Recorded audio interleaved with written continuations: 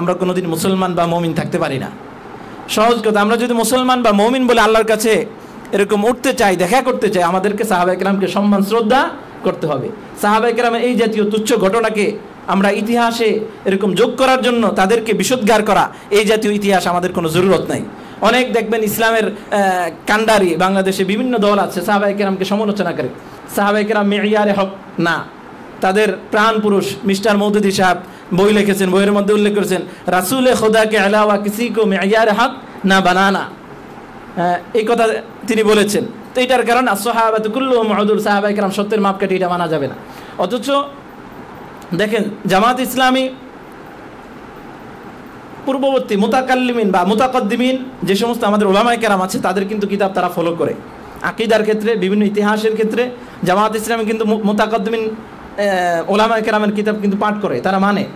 আমাদের একটা আকীদার কিতাব আছে জালালাইন শরীফে, জালালাইন কেলাসে আমরা পড়ে থাকি, আকীদাতুত তাহাবি, ইমাম তাহাবি রাহিমাহুল্লাহ তাআলা 321 হিজরিতে যার মৃত্যু, ওনার এই কিতাবের মধ্যে উনি স্পষ্ট উল্লেখ করেছেন যে ওয়ানুহিব্বুহুম মান ইউহিব্বুহুম ওয়ানুবগিদুহুম মান ইউবগিদুহুম ওয়ায়াযকুরুহুম বিগাইরি হাক্কিন ওয়ালা নাযকুরুহুম ইল্লা বিল খায়র, যে আমরা তাদের সাথে মহব্বত রাখবো যারা সাহাবায়ে কেরামকে মহব্বত করে, এবং আমরা তাদের প্রতি নিন্দা করব, তাদেরকে ঘৃণা করব যারা সাহাবায়ে কেরামকে ঘৃণা করে।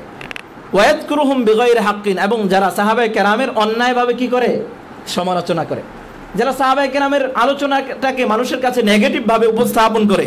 ওসমান এরকম কি করেছে, বাইতুল মালের সম্পদ এরকম কবজা করেছে, গ্রাস করেছে, বা নিজের আত্মীয় স্বজনকে দিয়েছে। সাহাবায়ে কেরাম একে অপরকে মুনাফিক বলেছে, ফাসিক বলেছে।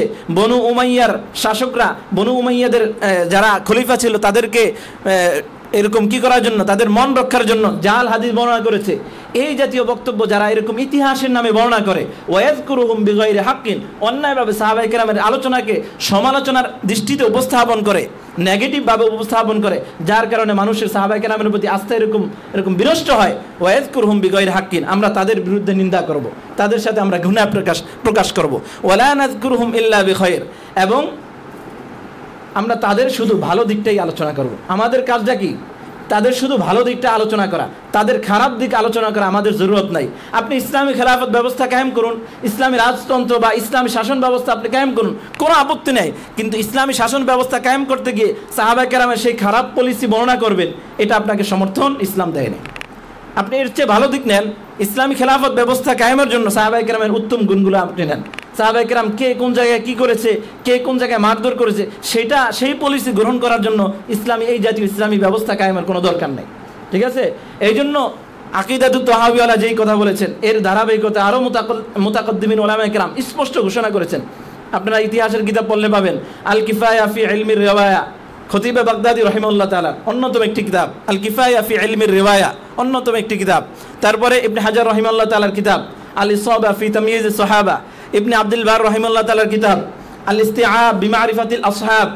এই কিতাবগুলোর মধ্যে স্পষ্ট কথা আছে যে ইত্তাফাকা আহলুস সুন্নাতি ওয়াল জামাআহ আন্না কুল্লা সাহাবা আন্না জামিআ সাহাবাতি কুল্লুহুম উদুল ওয়া লাম ইউখালিফ ফিহি আহাদুন ইল্লা শুযুযুম মিনাল মুবতাদিঈন, যে সমস্ত মানুষ, সমস্ত উলামায়ে কেরাম, বিশ্বের সবাই একমত যে সাহাবায়ে কেরাম সত্যের মাপকাঠি, তাদেরকে অনুসরণ করতে হবে, তাদের সমালোচনা করা যাবে না, এটা সবাই একমত। তবে ইল্লা শুযুযুম মিনাল মুবতাদিঈন, কিছু নতুন ফাসিক এরকম কিছু মানুষ যাদের কোনো এরকম পার্সেন্টেজ নাই, তারাই একমাত্র সাহাবায়ে কেরামের সমালোচনা করে।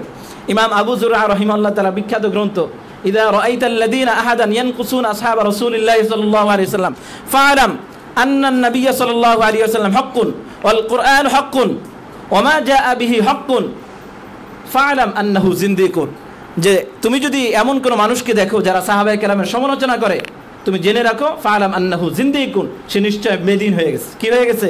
বেদিন হয়ে গেছে, সে মুরতাদ হয়ে গেছে, সে ইসলামের থেকে বাহিরে চলে গেছে। কারণ কি? নবী সত্য, কোরআন সত্য, নবী যেই আলোচনা নিয়ে এসেছে, যেই মতবাদ নিয়ে এসেছে, সেই মতবাদ সত্য। অতএব কোরআন সাহাবায়ে কেরামের সত্যের কথা বলা হয়েছে, রাদিয়াল্লাহু তাআলা আনহুম আমিনু কামা আমান নাস ই'মালু মা শি'তুম।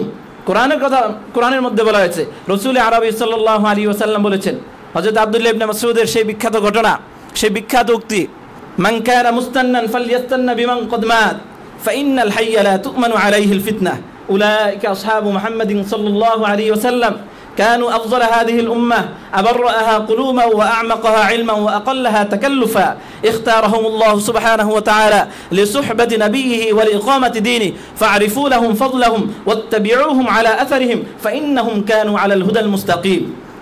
হযরত আব্দুল্লাহ ইবনে মাসউদ বলছেন, এই কেউ যদি মৃত মানুষকে যদি কেউ অনুসরণ করতে চায় এই দুনিয়াতে, তাহলে তারা যেন একমাত্র সাহাবায়ে কেরামের অনুসরণ করে।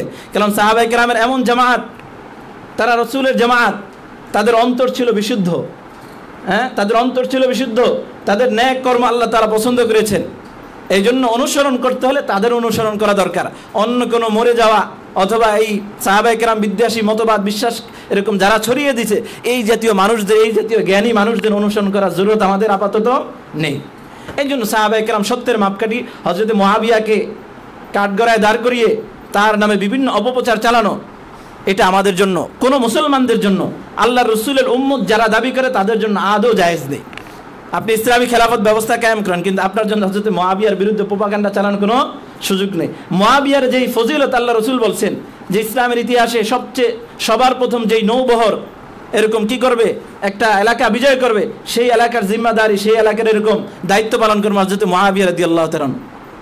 এই ফজিলত, এই এরকম তাৎপর্য, এটা আপনার আমার ব্যাপারে আছে। যারা সমালোচনা করার মনে করে যে জায়েজ মনে করে, আপনার ব্যাপারে আল্লাহ রাসূলের এই ফজিলত বর্ণনা আছে, আপনি এই গুণের অধিকারী। তো কোন সাহসে রাজনীতি করার জন্য বা ইসলামী খেলাফত ব্যবস্থা কায়েমের জন্য হযরত মুআবিয়াকে বিচারে কাঠগড়ায় দাঁড় করানো? তাহলে আপনার মাঝে আর শিয়াদের মাঝে পার্থক্য কি? শিয়ারা হযরত আলী রাদিয়াল্লাহু তাআলা আনহুকে খোদার স্থান মনে করে, হযরত আবু বকরকে তারা কাফের মনে করে, ওমরকে কাফের মনে করে, ওসমানকে কাফের মনে করে, একমাত্র আহলে বাইতের মহব্বত কি তারা একবার মুসলমানের আলামত মনে করে। তো আপনার মাঝে তো হযরত শিয়ারাও তো সাহাবায়ে কেরামের সমালোচনা করে, শিয়ারাও তো সাহাবায়ে কেরামকে কাফের মনে করে। হযরতে ওমরের, হযরতে আয়েশার কবর পে তারা জুতা পিটা করে। তা আপনিও সাহাবায়ে কেরামের সমালোচনা করেন, আপনি এবং শিয়াদের মাঝে পার্থক্য কোথায়? এই জন্য আল্লাহ সুবহানাহু ওয়া তাআলা আমাদেরকে খাঁটি মুসলমান হওয়ার জন্য যে পন্থা বলে দিচ্ছেন সাহাবায়ে কেরামের জামাতকে অনুসরণ করা। আমরা আহলুস সুন্নাহ ওয়াল জামাআহ মানি, আমরা সুন্নত মানি, জামাতে সাহাবা মানি। আল্লাহ রাসূল সাল্লাল্লাহু আলাইহি ওয়াসাল্লাম হাদিসে বলছেন, তাফাররাকাত বানু ইসরাঈল আলা সিনতাইন ওয়া সাবঈনা মিল্লাহ ওয়া তাফতারিকু উম্মতি আলা 73 মিল্লাহ কুল্লুহুম ফিন-নার ইল্লা ওয়াহিদা। ক্বালু মা হিয়া ইয়া রাসূলুল্লাহ? ক্বালা মা আনা আলাইহি ওয়া আসহাবি। বনু ইসরাঈল 72 দলে, এই উম্মত 73 দলে বিভক্ত হবে, সবাই জাহান্নামে। একটা দলের কথা বলছে, সেই দল হচ্ছে মা আনা আলাইহি ওয়া আসহাবি। তাহলে সব দল যারা জাহান্নামে যাবে 72 দল, তারা কাফের না মুসলমান? তারা মুসলমান। মুসলমানদের মধ্যে 72 দল হবে, মুসলমানদের মধ্যে 73 দল হবে, সবাই জাহান্নামী। তাহলে কোন গুণের কারণে আপনি জান্নাতে যাওয়ার জন্য মা আনা আলাইহি ওয়া আসহাবির দলে অন্তর্ভুক্ত হতে চান? মা আনা আলাইহি ওয়া আসহাবি, এই দলকেই তো আল্লাহ রাসূল জান্নাতের সুসংবাদ দিয়েছেন। তাহলে কোন দোষের কারণে সেই 72 দলকে আল্লাহ রাসূল জাহান্নামী বলেছেন? আর এমন কোন গুণ আছে যে আপনি মা আনা আলাইহি ওয়া আসহাবির অন্তর্ভুক্ত হয়ে একমাত্র একটা দল হিসেবে জান্নাতে যাবেন? সেই গুণ কি? সাহাবায়ে কেরামকে বিদ্বেষ করে, সাহাবায়ে কেরামের সমালোচনা করে? এই জন্য আহলুস সুন্নাহ ওয়াল জামাত হওয়ার অন্যতম দুইটা শর্ত। এক নম্বর হচ্ছে ইত্তিবাউ সুন্নতি রাসূলিল্লাহি সাল্লাল্লাহু আলাইহি ওয়াসাল্লাম, আল্লাহ রাসূলের সুন্নতের অনুসরণ করতে হবে। দুই নাম্বার জামাআতুস সাহাবা, সাহাবায়ে কেরামের জামাতের পদাঙ্ক অনুসরণ করতে হবে। তাহলে গিয়ে আপনি আহলুস সুন্নাহ ওয়াল জামাআহ, তাহলে গিয়ে আপনি মা আনা আলাইহি ওয়া আসহাবির অন্তর্ভুক্ত, তাহলে গিয়ে আপনি জান্নাতের সুসংবাদপ্রাপ্ত দলে অন্তর্ভুক্ত হতে পারবেন। এই জন্য আমাদের করণীয় হচ্ছে সাহাবায়ে কেরামের সমালোচনা না করা। এখন বিচ্ছিন্ন কিছু ঘটনা ঘটেছে, এই ক্ষেত্রে আমরা কি করব? এই ক্ষেত্রে আমাদের করণীয় হচ্ছে আমরা চুপ থাকবো। কি থাকবো? চুপ থাকবো। এবং তারা যে সমস্ত সমালোচনা করে, এগুলো তো সমালোচনা যোগ্য না, যোগ্য হইলে না সমালোচনা করতে হবে। এই সমস্ত ক্ষেত্রে তো সাহাবায়ে কেরামের স্পষ্ট বক্তব্য আছে। হযরত মুআবিয়া রাদিয়াল্লাহু তাআলা আনহু যে সমস্ত বিষয়ে তাদের আপত্তি, হযরত মুআবিয়ার দলিল নাই? হযরত মুআবিয়ার দলিল আছে, হযরত আয়েশার দলিল, হযরত আবু হুরায়রার দলিল। আমরা সবার দলিল গ্রহণ করি না, যে কোনো একজনেরটা গ্রহণ করি। তার মানে অপরপক্ষ যারটা গ্রহণ করছি না, যার দলিল গ্রহণ করছি না, তিনি কি কাফের নাকি? তিনি কি ইসলাম থেকে বের হয়ে গেছেন নাকি? হযরত মুআবিয়ার মত আছে, ইজতিহাদ করার যোগ্যতা তার মধ্যে আছে। সমস্ত সাহাবায়ে কেরাম এই বিষয়ে একমত ছিলেন। হযরত মুআবিয়া রাদিয়াল্লাহু তাআলা ফকিহ ছিলেন, তো ফকিহ হিসেবে তো উনি তো এই সমস্ত ক্ষেত্রে এরকম কি করতে পারেন? ইজতিহাদ করতে পারেন। মুসলমান কাফের থেকে এরকম ওয়ারাসাত পাবে কিনা, অথবা কাফের মুসলমান থেকে ওয়ারাসাত পাবে কিনা, এই ইজতিহাদ করার যোগ্যতা তো হযরত মুআবিয়া রাদিয়াল্লাহু তাআলা ছিলেন, কারণ উনি ফকিহ ছিলেন। সাহাবায়ে কেরাম ফকিহ হওয়ার ব্যাপারে ওনার ব্যাপারে কি বলছেন? বক্তব্য দিয়েছেন যে উনি ফকিহ। তাহলে যিনি ফকিহ, ওনার তো ইজতিহাদ করার অধিকার আছে। তো অধিকার থাকার পরে ওনাকে কাফের মতবাদ বলা বা কাফের বলা, এরকম বিদ্বেষ লালন করা, এটা তো কোনো মুসলমানদের কাজ হয় না। এই জন্য প্রথম কথা হচ্ছে, যে সমস্ত ক্ষেত্রে তারা আপত্তি করে এগুলা কোনো আপত্তিই না, কারণ এগুলা সাহাবায়ে কেরামের ইজতিহাদকে আপনি কোনো এই ইজতিহাদকে কাফের অন্তর কুফুর বলতে পারবেন না, ইজতিহাদকে কি বলতে পারবেন না? কুফুর বলতে পারবেন না। আরেকটা কথা হচ্ছে, যে সমস্ত ক্ষেত্রে ব্যাখ্যা নাই, যে সমস্ত ঘটনার ক্ষেত্রে কোনো ব্যাখ্যা নাই, ওই সমস্ত ঘটনার ক্ষেত্রে আমাদের জন্য চুপ থাকেই ভালো। কি থাকা ভালো? চুপ থাকেই ভালো। ঠিক আছে, এই দুইটা আমরা আমল করবো সাহাবায়ে কেরামের ব্যাপারে। আরেকটা হচ্ছে, আজকের দিনে আমরা করণীয় কি? রোজা রাখছি, এটা একটা করণীয়। আরেকটা হচ্ছে তাওবা, আরেকটা হচ্ছে কি তাওবা, দুটোটা আমাদের জন্য করণীয়। আরেকটা হচ্ছে, কোনো মানুষ যদি মারা যায়, মারা গেলে আমাদের করণীয় কি? হযরত হুসাইন রাদিয়াল্লাহু তাআলা এই দিনে শাহাদাত বরণ করছে, এখন আমাদের করণীয় কি? আমাদের করণীয় দুইটা, আল্লাহ তাআলা কোরআনে শিখিয়ে দিয়েছে। কোনো মানুষ যদি মারা যায়, সংবাদ পাও, তাহলে কি বলবা? ইন্না লিল্লাহি ওয়া ইন্না ইলাইহি রাজিউন, এটা বলতে পারবা। এই একটা আমল। আরেকটা আমল রাসূল আরবি সাল্লাল্লাহু আলাইহি ওয়াসাল্লাম হাদিসে শিখিয়েছেন। আল্লাহ নবী সাল্লাল্লাহু আলাইহি ওয়াসাল্লামের এক নাতি মারা গেছে। কি মারা গেছিল? নাতি মারা গেছিল। আল্লাহ রসুলকে সংবাদ দেওয়া হয়েছে। তখন আল্লাহ রসুল সাল্লাল্লাহু আলাইহি ওয়াসাল্লাম বললেন যে, যাও আমার মেয়েকে গিয়ে বলো, ইন্না লিল্লাহি মা আখাযা ওয়া লিল্লাহি মা আ'তা ওয়া কুল্লু শাইইন ইনদাহু বিআজালিন মুসাম্মা ফাসবির। এই বর্ণনাটা ওনার ক্ষেত্রে এইভাবে আসছে যে ফালতাসবির ওয়াল তাহসিব, মানে তাকে গিয়ে বলো যে এই সন্তান, যে আমার নাতি দুনিয়া থেকে চলে গেছে, এই যেটা নিয়ে গেছে এটা আল্লাহ তাআলার জন্য। ইন্না লিল্লাহি মা আখাযা, আল্লাহ যেটা নিয়ে গেছে এটা আল্লাহ তাআলার জন্যই।